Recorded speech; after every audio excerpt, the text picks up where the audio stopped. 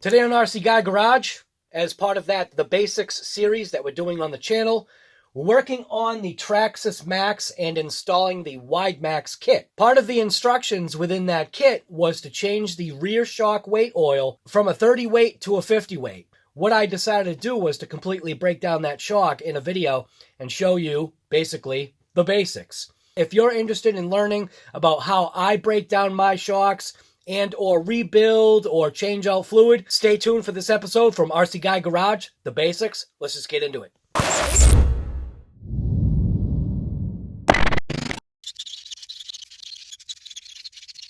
So with this kit, they obviously give you an instruction manual that shows you the breakdown of the shocks. So it shouldn't be confusing, but I'm actually just gonna take that and just throw it away because I don't need instructions to show me how to do a shock. Obviously, you can see there's kind of like a series of components that are actually on here. Obviously, you have the shock, you have the lower perch, or I'd call it the lower spring cap. You actually have the actual eyelet piece here. So the technical name for this piece right here is the rod end, and then from there you have the spring perch, and then obviously there's a metric screw that's in there, which is a 2mm screw, and then you have the spring. That's actually the shock shaft. And then this right here, this part that looks like it's a socketed piece, it has those flats on it. It's actually the cartridge that's inside, and that's what prevents the fluid from escaping, I guess, during compression of this shock. Then obviously you have the spring, you have the shock body, you have the spring threaded adjuster right here, which the technical name for that is just retainer or adjuster. This right here is the actual top shock cap, and then there's components that are actually inside, and that's really like underneath this shock cap there's a bladder, and then parts of the cartridge. There's several pieces that are parts of the cartridge. So let's just take this shock and we'll break it down. So first thing that I would do is I would apply a little bit of downward pressure, throw that spring adjuster all the way to the top. That way you at least have a certain amount of looseness. You could take like a brush or a paper towel and kind of just give a general clean of the entire shock before disassembly. Not that it matters, but it's just like a habit. It's just one of the things that I do. So I'm going to take a 2mm, and I'm actually going to take this screw completely out. Now this is just the way that I do it, okay? Take that screw completely out, set it aside. Now we can take the spring, pull the spring down, and then take this lower spring perch, and we can just, kind of pull that down and slide it away from the actual shaft itself. Now we have right here, this is what I call a dunk tank. So this is actually this is a TCP Global Products, and this is actually what's called a mixing cup or a ratio cup for mixing paint, automotive paints. Now, I use these for, like, cleaning products, whatever. So the green stuff that we have in there is actually simple green. So I'm going to go ahead and take the pieces that we're taking. Now, simple green is actually a safe product, which, you know what, I didn't notice. Check that out. There's actually a rock that's stuck in there. So how about if we poke that rock out first, instead of putting that in the cleaning products?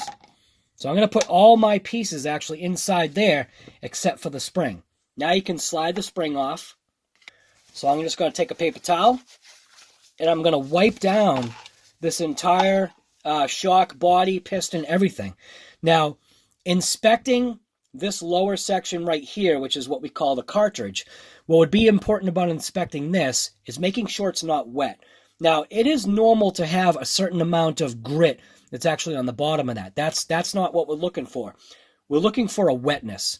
Now, it would take a considerable amount of time in order for any dirt or whatever, by the time you're, ready to service a shock, to, I guess, dry or look like this. So when you take that paper towel and swipe that lower section, look at all that grit, look at all that junk that's actually coming off of there.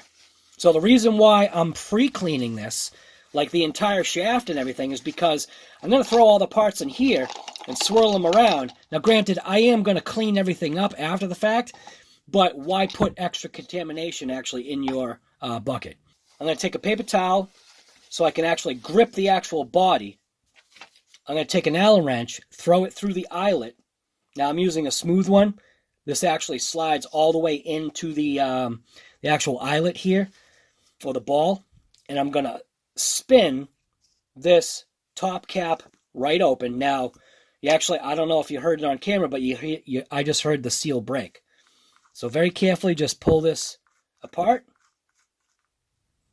Look at that. So you can see the shock oil itself, it is contaminated, but what it is, it's wear. There's a certain amount of wear that's actually going to happen, so that's completely normal to see that. So now this is also a tiny little mixing cup or ratio cup that they have here for, again, mixing stuff for paints. So I'm going to take the shock oil. Now this should be clear, right? But there's a certain amount of break-in that happened on this shock, which people just aren't aware of. Now watch this. As I pour this out, look at the grayness to that fluid. So the grayness to that fluid might not necessarily just be break-in, because it probably was a clear, and I'm assuming it wasn't gray fluid that they put in there. There's a certain amount of breakdown, like I was saying, that was actually happening inside there. So again, make sure you wear gloves. Now I'm going to take my little pick and very carefully pull this little bladder out. Now what you don't want to do is you don't want to puncture this bladder. So I'm going to take that bladder out. Again, just going to clean it off with a paper towel. Then toss it in the solution. Give it a little bit of swirl. Now that's kind of interesting. Apparently, my shock came with 2 bladders. So, yeah, that's not normal. That is messed up. So this shock actually came with 2 bladders. Yeah, that's kind of funny. Not supposed to have 2 bladders, but you can see it right there. I just took it out. So yeah, 2 bladders. You're only supposed to have 1. So I'm going to take that, wipe that down a little bit, just get all the grit and contaminants, and that was kind of threw me for a little loop there. Not supposed to have 2. I'm going to take that. I'm also going to place that in the juice. Take my shock oil and dispose of that properly. So now actually take the piston itself, and I'd empty the shock oil by compressing the shaft up and down just to get the most amount of fluid out of there that you can. And then take a paper towel, if you want, run it inside. Make sure that that piston is bottomed all the way out, which is bottomed against the cartridge. And I'll just clean as much fluid out of there as I can, just like that. See all that black? So that black is technically the deterioration of the... Some people call that the piston. To be honest with you, I actually call it the valve, because technically what it does, it's acting as a valve or a, whatever. I can't think for myself here. I can't think. So now that we've taken that and we've put that paper towel inside, cleaned all that stuff out of there, we can take that shock, we can take that adjuster ring, take that off. Again, the reason why I'm doing it this way was to be able to pull it through and to clean it as you go. Because the less contaminants you actually get into that fluid, the cleaning fluid, the better off you are. Put that piece in there.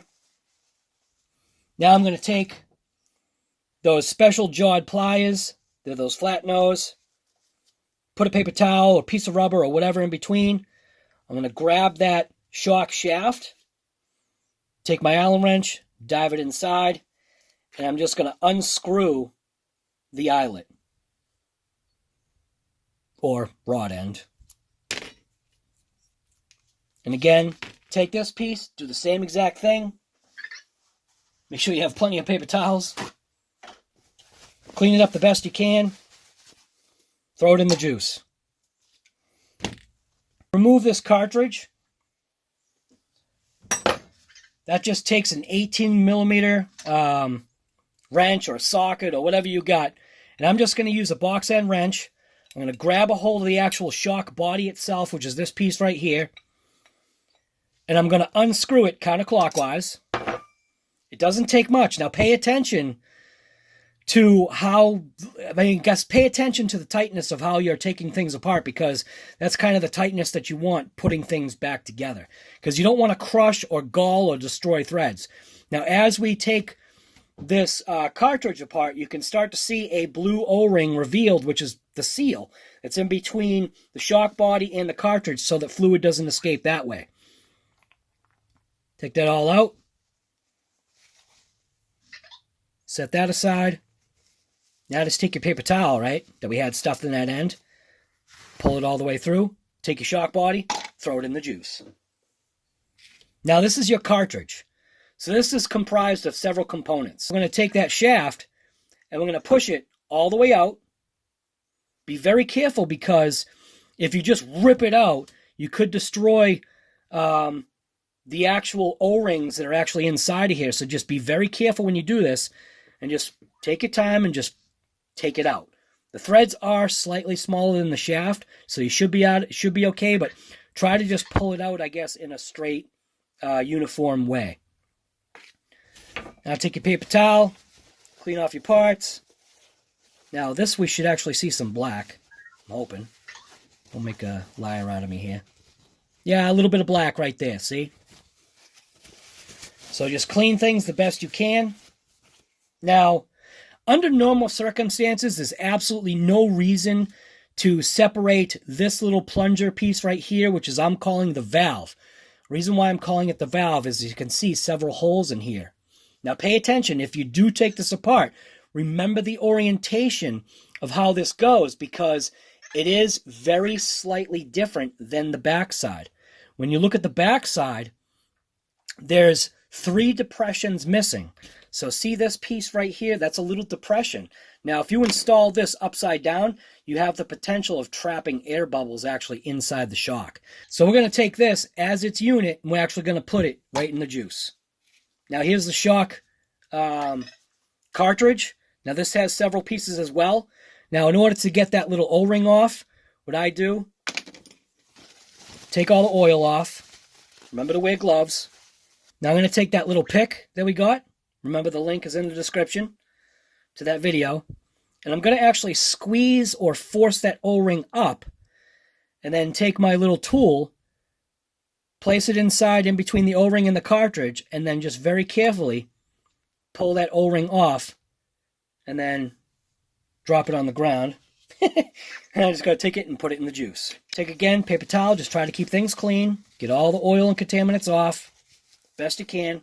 Now inside there you can actually see some blue. So I don't know if you can see it, but inside there you can see blue, black, and then blue. So there's a series of little components that are actually inside of here.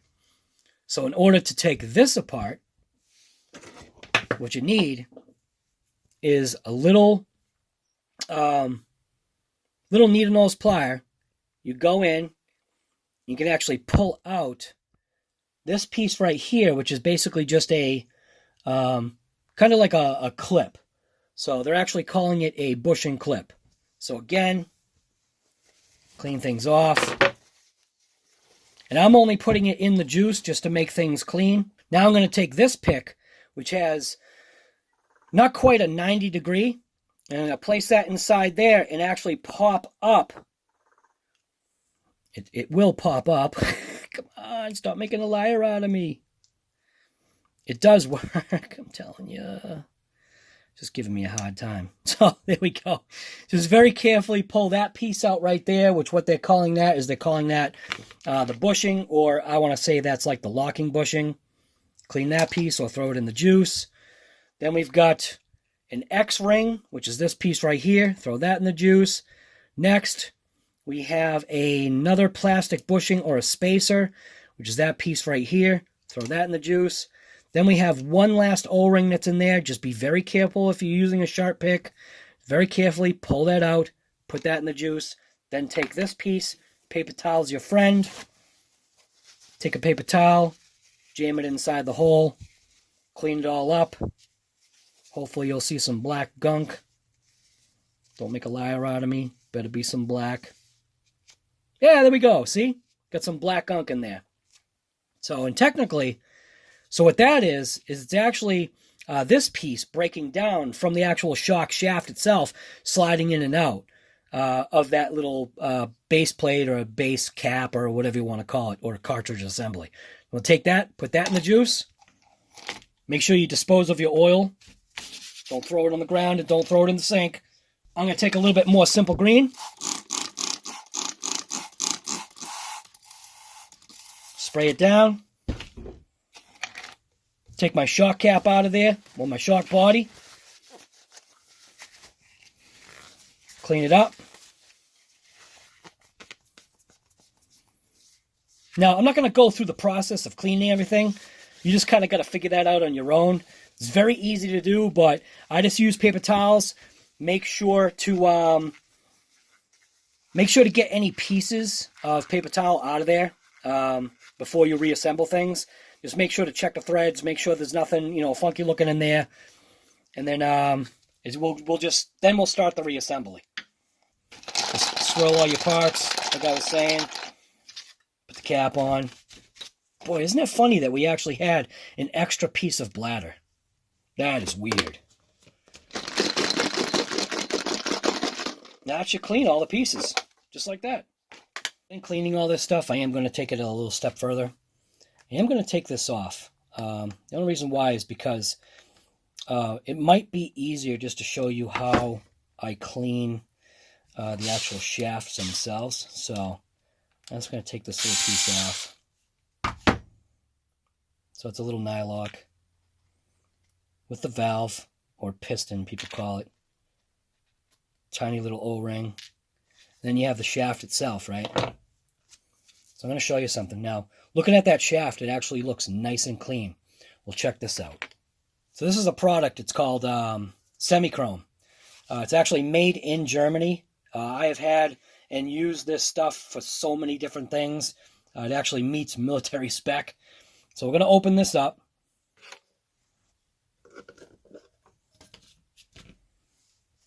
And I'm just going to, on the cover, right? Just going to grab a little dab of that. See that pink stuff right there? Of course, there's the black lines. Damn it. So I'm going to take this shock shaft. Now, you'd think this is clean, right? Watch this.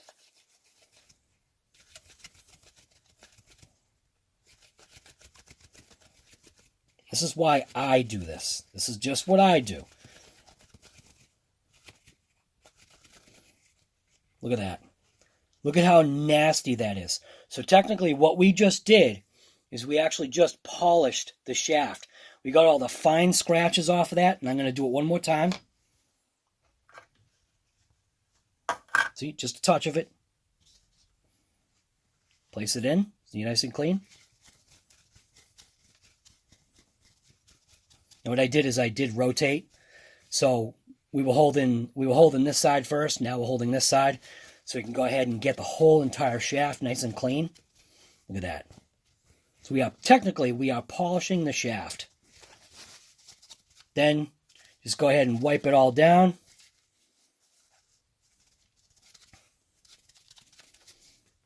Check that bad boy out. Now this is just going to help, I guess, with reinstallation and making sure that these pieces right here stay in top form, because now the shaft is polished. So I guess that's like a pro tip from RC Guy Garage.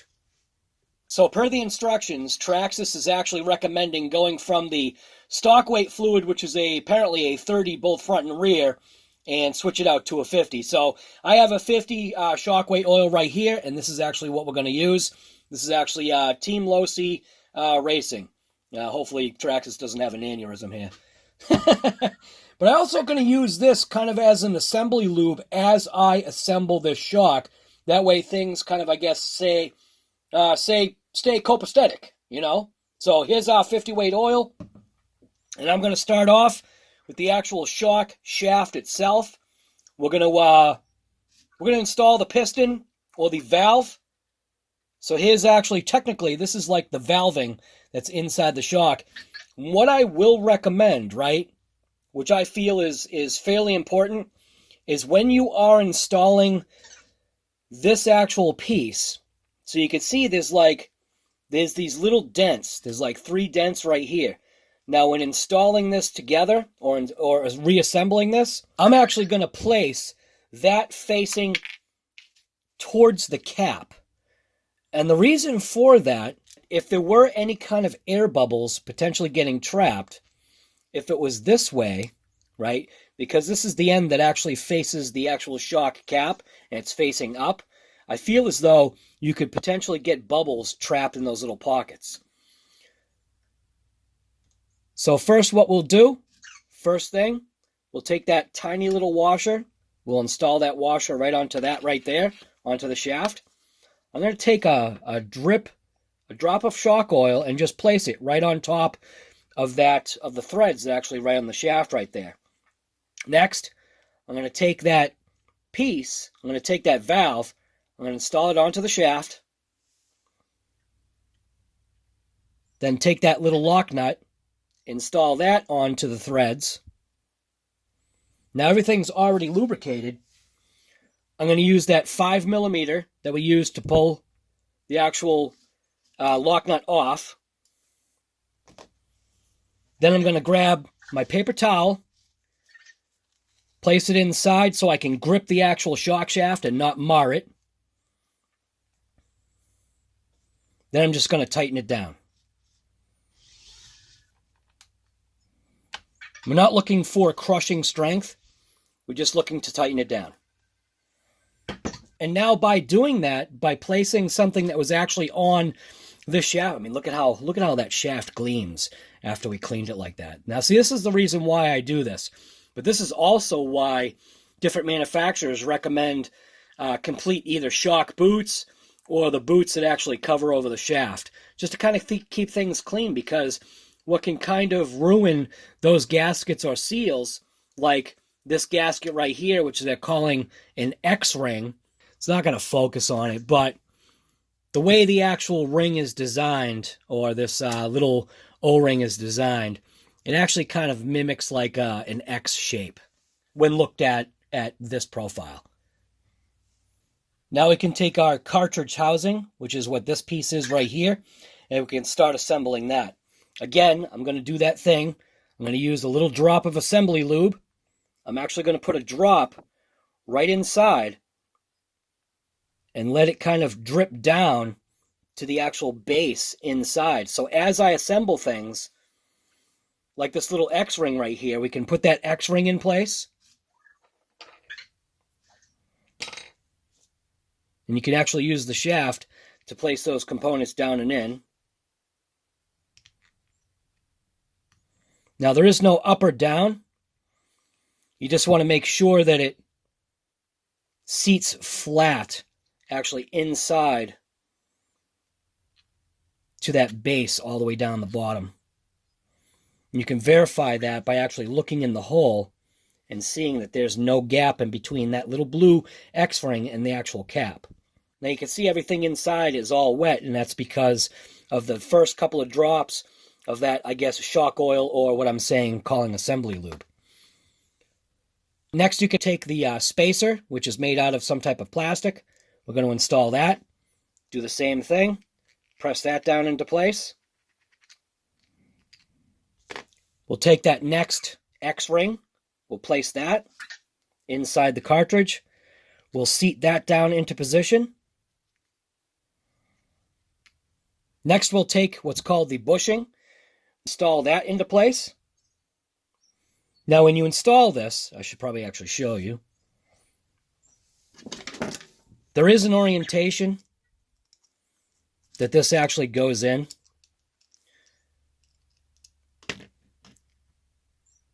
So the tapered end, which has a little shoulder on it, that shoulder actually wants to go inside. And that way, when you compress that, and then slide that bushing clip into place, just like that.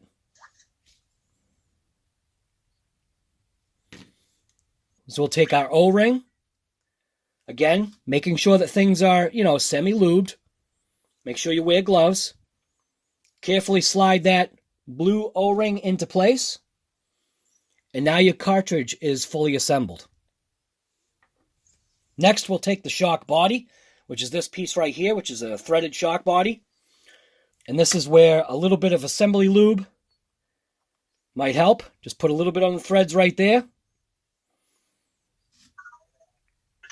Install that into the actual threaded inside of the shock body. Be careful not to cross thread.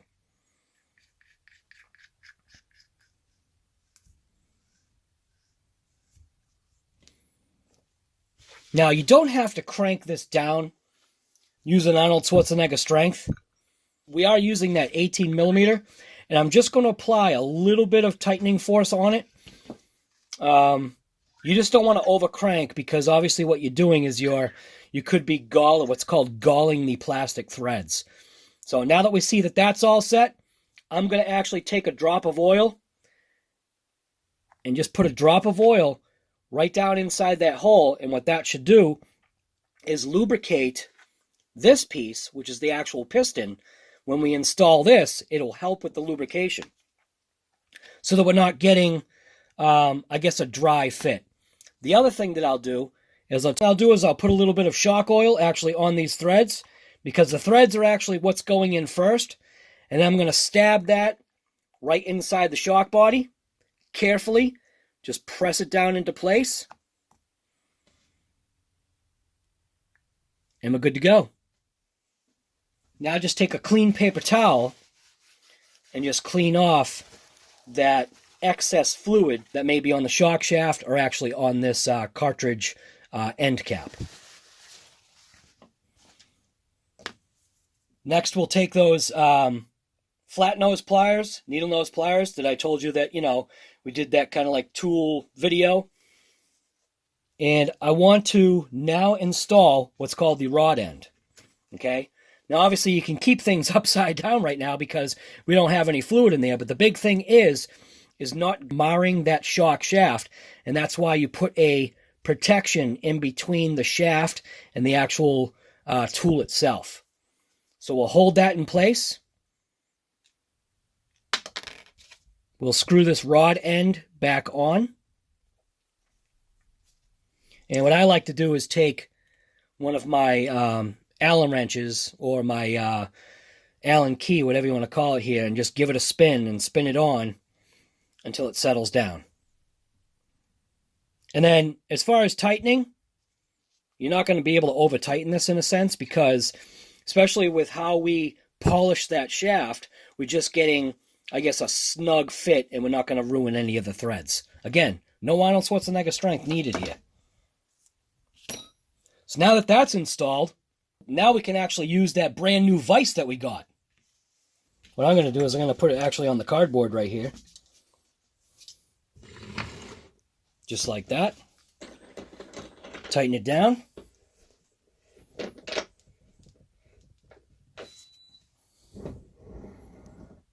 I'm actually going to spin it around this way, because the jaws actually have a longer section on that side right there. So we'll keep that nice and straight.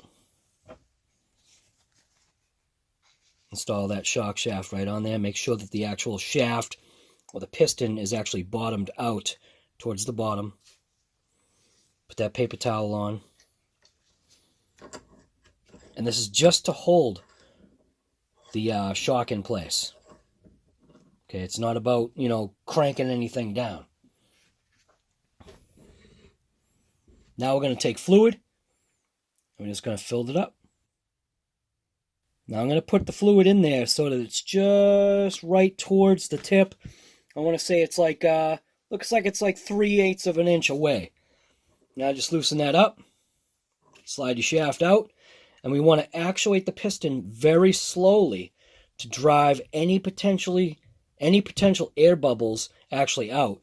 Now when you do this, keep in mind, do not allow that valve or piston portion break, I guess you want to say, break the surface. It's called breaking the surface.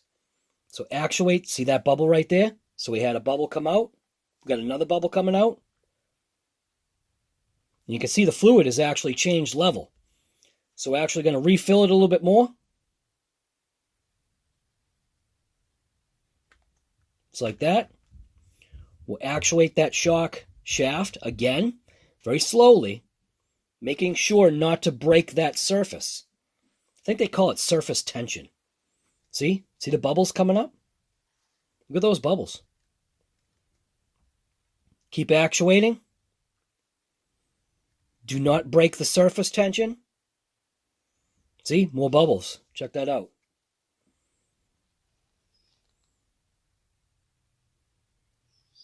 The key is to actually operate this very slowly. My dog wants to see me. I'm just going to place this. She's upset because I blocked her, apparently. I'm just going to place this right here. And I'm actually, look at that. So inside, you can actually see, those bubbles actually coming up from that bottom. And you want to make sure that when you do this, you actuate it slowly, getting all those bubbles out of there. And you can see all the bubbles popping. So now she's back. Loosen that up. Very slowly actuate that piston or shaft.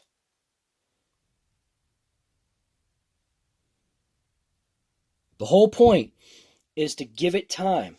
The thicker the fluid, technically the longer it takes for these bubbles to actually show up. So it may actually be a good idea, if you think about this, while we're actuating this, let it settle and kind of leave it alone for a period of time. So I'm going to place this back into its little spot here.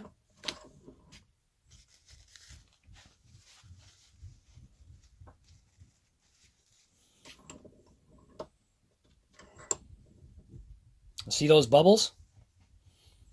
I'm going to put a little bit more fluid in. Just like that.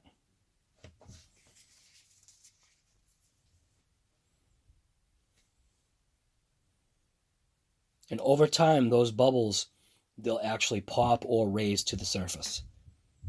And you can still see them. You can still see the bubbles popping. It's important to give this actual time.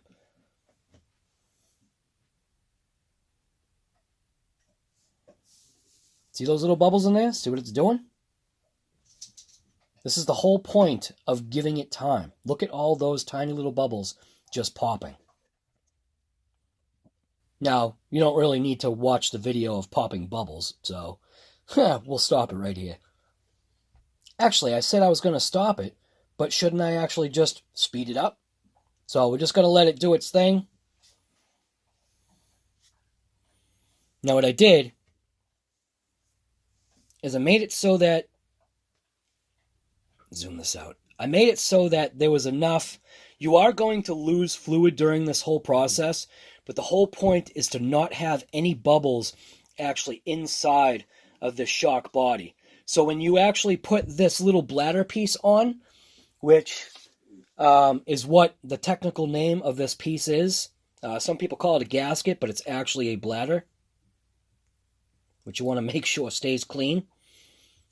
This is actually going to contact the surface of that oil, and during installation, some oil actually may push out, and that's 100% normal. So let's focus back in on that shock oil there.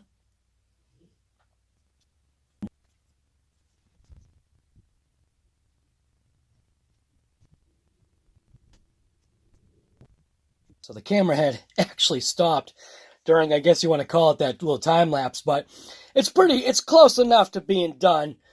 You can see if you really zoom in, there's still just a couple of little, air bubbles that are actually in there.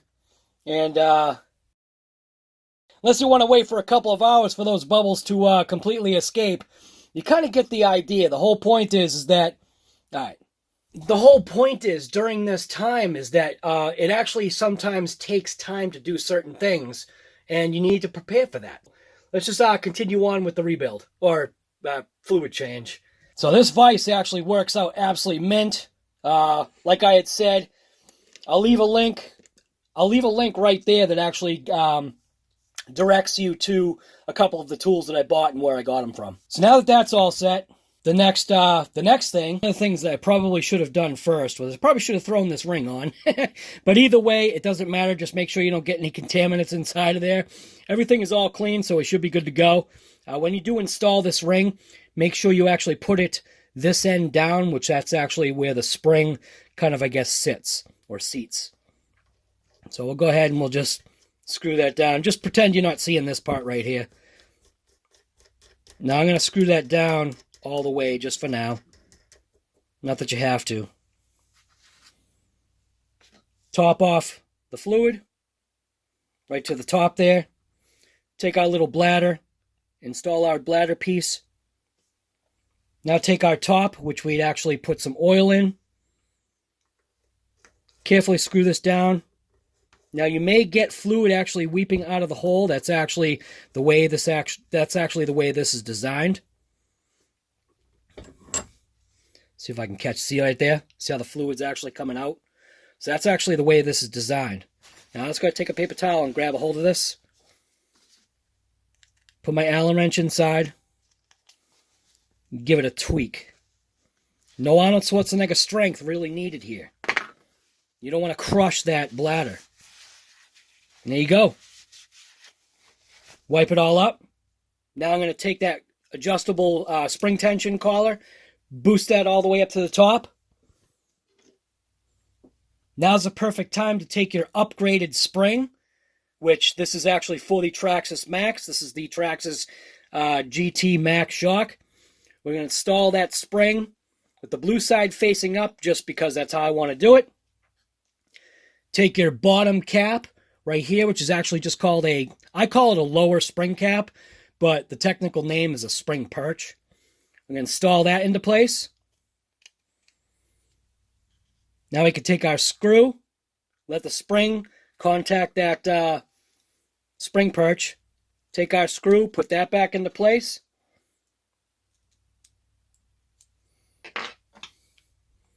And then take our 2mm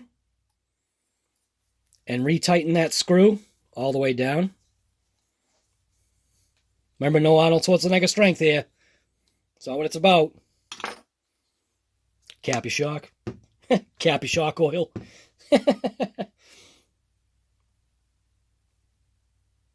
And then just actuating that, it actually feels mint. Now, obviously, the spring is going to have a little bit of looseness to it, but that's what that adjusting collar is. I'm going to take some of that. Looseness actually out of there, and then now you have the fluid changed from a 30 weight to a 50 weight, and that's how easy it is. So if you like episodes like this from RC Guy Garage, this is called the Basics or the Basics series. And what we did is we're working on the Traxxas MAXX. We're throwing a wide max kit on it, but part of that, I guess part of the instructions with that is to replace the shock fluid in the rear from a 30 to a 50. So I did this separate video to kind of show that. Now this applies to almost all shocks. Some shocks are very slightly different, but at least for the Traxxas GT-MAXX shock, that's how you do it. Now that's how I do it. So anyways, thanks for watching this episode from RC Guy Garage. It's called The Basics. If you like videos like this, you already know what to do. And like I keep saying, just get out there, do something, enjoy your life. Thanks for watching. Yeah, let's get back to this Traxxas MAXX, the wide max kit. Isn't that bench vise just like absolutely awesome? And that thing was only, so inside that kit, get a whole pile of white parts.